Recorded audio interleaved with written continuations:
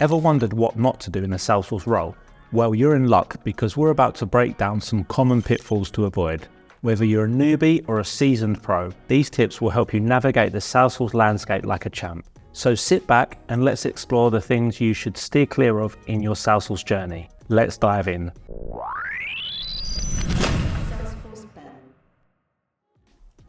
Building in production. First up, a very simple tip. Do not build directly in production. Realistically, this shouldn't be as simple to do as it was when I first started with Salesforce. With DevOps processes fundamental to a lot of businesses nowadays, it will be near impossible for a lot of people to build directly in production. But if it is possible for you, just don't do it. Over-customizing. Next up, don't over-customize your org. This is really easy to do with things like Lightning Pages and the Lightning App Builder. But remember, your job is ultimately to make your users' lives easier. Going on an ego trip to show how good you are at customizing your org, which causes the performance to decrease, doesn't help anyone except your ego.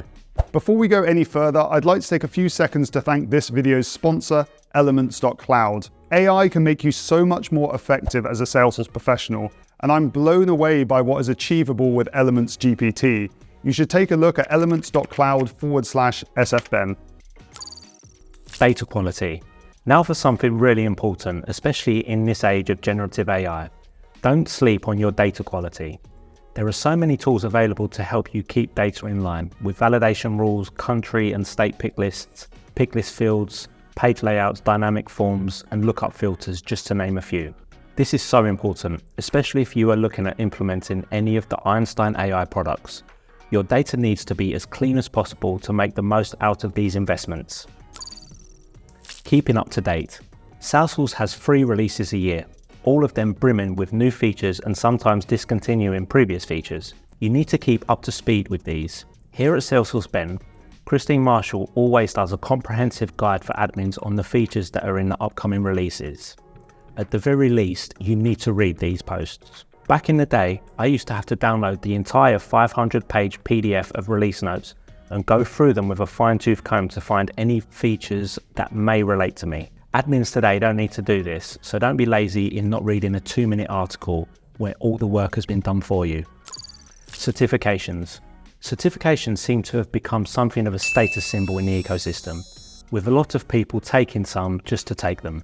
My advice on this is to take ones that relate to your role before anything else. A prime example of this is when I worked at the Financial Times, we implemented Pardot, so I took it upon myself to take all the Pardot certs. I didn't do this for any reason other than I knew it would ultimately make me better in my role. Dumps.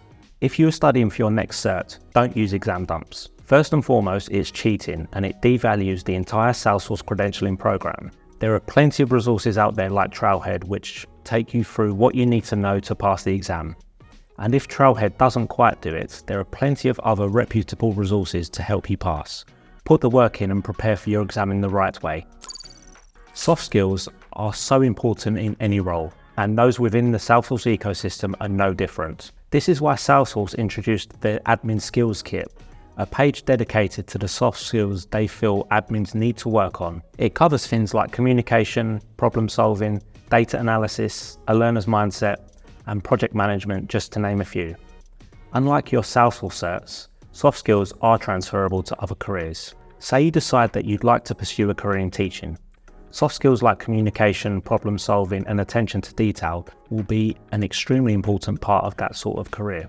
Your 5 Salesforce certs, on the other hand, not so much. User groups. I had been in the ecosystem for 8 years before I attended my first user group. This is probably my biggest regret looking back at my time working with Salesforce, and is something I often encourage for anyone I'm mentoring. There will be times in your career when you feel like no one around you cares about Salesforce like you do. And why would they? A sales manager doesn't care about what you have built in Float. They just want to look at their reports and dashboards to see if their sales targets are being met. This is where user groups are lifesavers.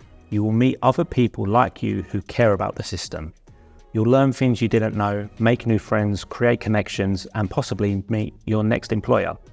And for anyone thinking that it's just talk, it's exactly what happened to me when I first met Lucy Mazelon of Salesforce Ben at the London Pardot user group. Compare yourself to others. Comparing yourself to others in the Salesforce ecosystem is a recipe for disaster, yet it's something a lot of people do. You may look at someone who's got a similar number of years of experience in the ecosystem, but has X many more trailhead badges or certs than you and think you're falling behind. But that same person may look at you and see all the experience you have in the various projects you've worked on, or maybe your bigger presence on social media.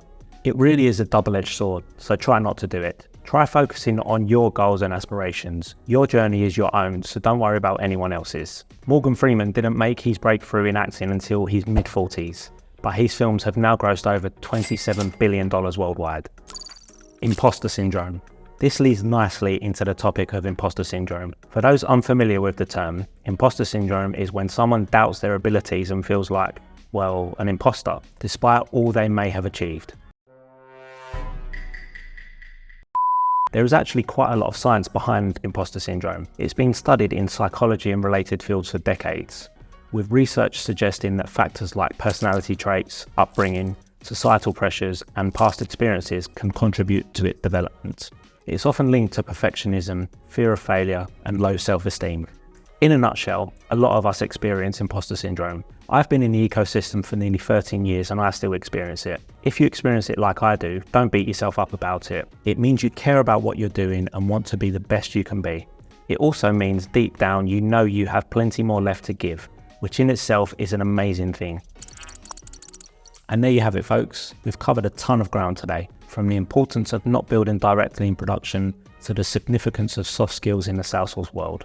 Remember, it's all about navigating the Salesforce landscape like a pro while avoiding those common pitfalls. So whether you've just started or you've been in the game for years, keep these tips in mind as you continue your Salesforce journey.